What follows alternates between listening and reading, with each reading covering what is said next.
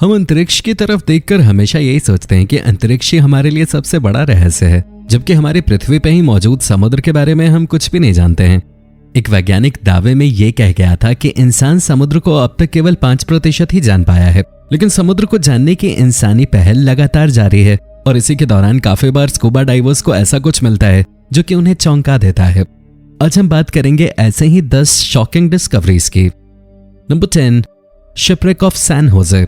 नवंबर 2015 ये वो साल था जब आर्टिफिशियल सबमरीन 6000 को समुद्र में डूबा हुआ एक शिप मिला।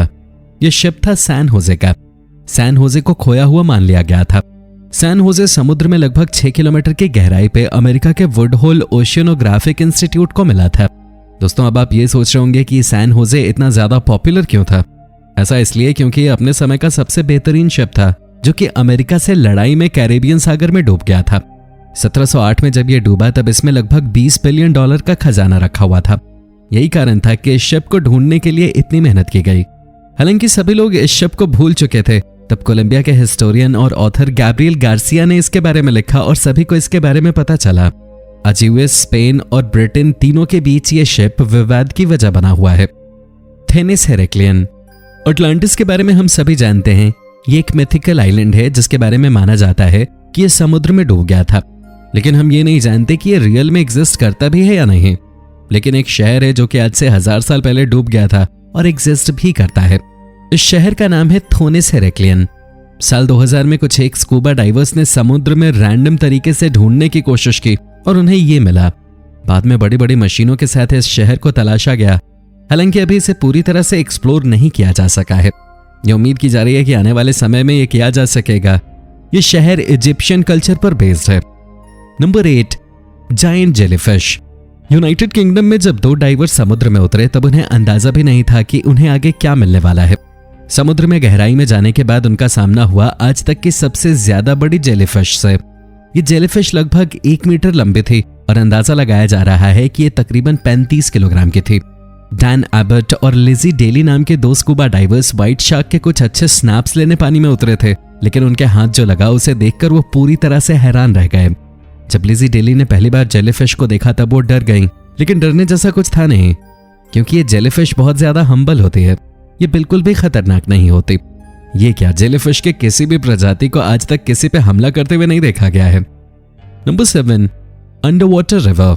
हम ये तो जानते हैं कि नदियों को मिलाकर समुद्र का निर्माण होता है, लेकिन क्या समुद्र के अंदर भी एक नदी हो सकती है? डाइवर्स हमेशा इस बात के लिए तैयार रहते हैं कि वो समुद्र में किसी भी वक्त कुछ भी यूनिक ढूंढ सकते हैं। पेनिनसुला में मिली ये नदी इसी बात का एग्जाम्पल है। वैसे अब आप सोच रहे होंगे कि आखिर समुद्र के अंदर नदी कैसे हो सकती है। दोस्तों, जब एक ही जगह पे 2 तरह की डेंसिटी के पानी होते हैं तब वो लेयर्स बना लेते हैं। जहां पर भी अंडर वाटर रिवर होती है वहां ऐसा ही होता है। पेनिनसुला में मिली ये नदी हाइड्रोजन सल्फाइड की बनी है और इसके ऊपर मौजूद ये पानी फ्रेश वाटर है। इस नदी में मौजूद हाइड्रोजन सल्फाइड इसे एक शानदार लुक देता है, जिसे इंटरनेट पे काफी लोगों ने पसंद किया है। वैसे आपको बताते चलें कि रिवर में कुछ केव्स भी हैं जो कि इसे काफी मिस्टीरियस वाइब्स देती हैं। Number 6, US fighter plane. समुद्र के अंदर डूबी हुई चीजें भी हमारे इतिहास का एक जरूरी एस्पेक्ट होती हैं। इसी का एग्जाम्पल है यूएस का ये फाइटर प्लेन। ये प्लेन तब डूबा था जब यूएस ने जापान के नेवल पोर्ट पर जाकर हमला किया था। ये जिस जगह पे मिला है उस जगह का नाम है माइक्रोनेशिया। विश्व युद्ध के दौरान लगभग 230 एयरक्राफ्ट अलग अलग समय पर डूबे, जिनमें से 200 से अधिक जापान गए थे। इस फैक्ट से आप अमेरिका की ताकत का अंदाजा लगा सकते हैं। इस दौरान अमेरिका के भी 30 एयरक्राफ्ट गिराए गए। हालांकि इस शिप से भी ज्यादा इंटरेस्टिंग है वो तरीका जिसके जरिए स्कूबा डाइवर्स ने इस एयरक्राफ्ट को ढूंढा था। जब उन्होंने इस एयरक्राफ्ट को ढूंढने की ठानी तब उन्होंने अलग अलग जगह ढूंढा, उन्हें एयरक्राफ्ट नहीं मिला। उसके बाद उन्होंने एक ऐसे व्यक्ति की मदद ली जिसने एयरक्राफ्ट को डूबते हुए अपनी आंखों से देखा था। Number 5, gold treasure.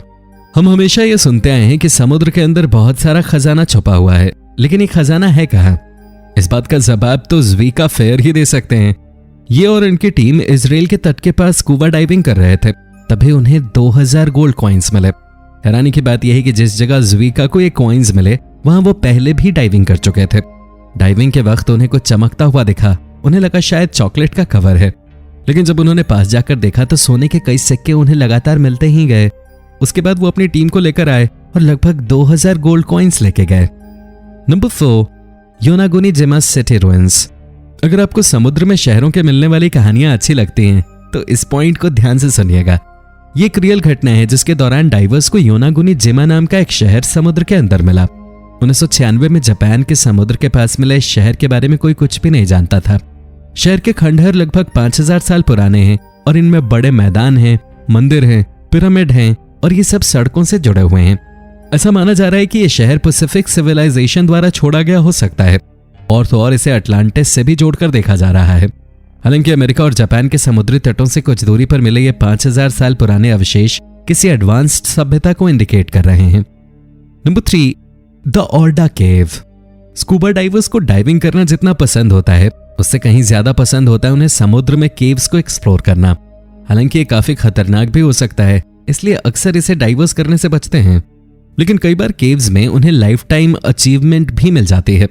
ऐसा ही एक केव है ओर्डा केव। रूस में मौजूद ये केव अब तक की सबसे बड़ी अंडर वाटर केव है। साथ ही ये दुनिया की सबसे अंधेरे वाली जगह भी है। हालांकि यहाँ किसी क्रीचर का खतरा नहीं रहता क्योंकि यहाँ का पानी रॉक्स के कारण हर समय फिल्टर होता रहता है। यहाँ का तापमान 4 डिग्री सेल्सियस रहता है, जिसका मतलब है कि केवल एक्सपर्ट डाइवर्स ही यहाँ डाइविंग कर सकते हैं। Number 2, the lion city. अब आपके सामने इस वीडियो की तीसरी अंडर वाटर सिटी। समुद्र में बहुत सारे शहर डूबे हैं जिन्हें ढूंढा जाना बाकी है और उन्हीं में से एक है द लायन सिटी। हालांकि आपको जानकर हैरानी होगी कि इस शहर को जानबूझकर डुबाया गया था। इसे चाइना की सरकार ने हाइड्रो इलेक्ट्रिक बांध बनाने के लिए डुबाया था। इसके डूबने के लगभग 50 साल बाद अब इसे लोगों के लिए खोल दिया गया। वो डाइव करके इसे देख सकते हैं। ये काफी ज्यादा हैरान करने वाला है क्योंकि इतने अच्छे स्ट्रक्चर वाले शहर को एक बांध के लिए डुबाना जरूरी नहीं था। अब चाइना की सरकार भी इस बात का अफसोस ही कर सकती है। शहर से अंडर वाटर म्यूजियम में बदल गए द लायन सिटी में लोगों की अच्छी खासी भीड़ रहती है। Number 1, giant anaconda. समुद्र की बात चल रही हो और इस क्रीचर को मेंशन न किया जाए ऐसा तो हो ही नहीं सकता। कुछ डाइवर्स समुद्र में खजाना ढूंढने के लिए डाइविंग करते हैं, वहीं कुछ डाइविंग करते हैं ताकि अंडर वाटर वर्ल्ड को एक्सप्लोर कर सकें।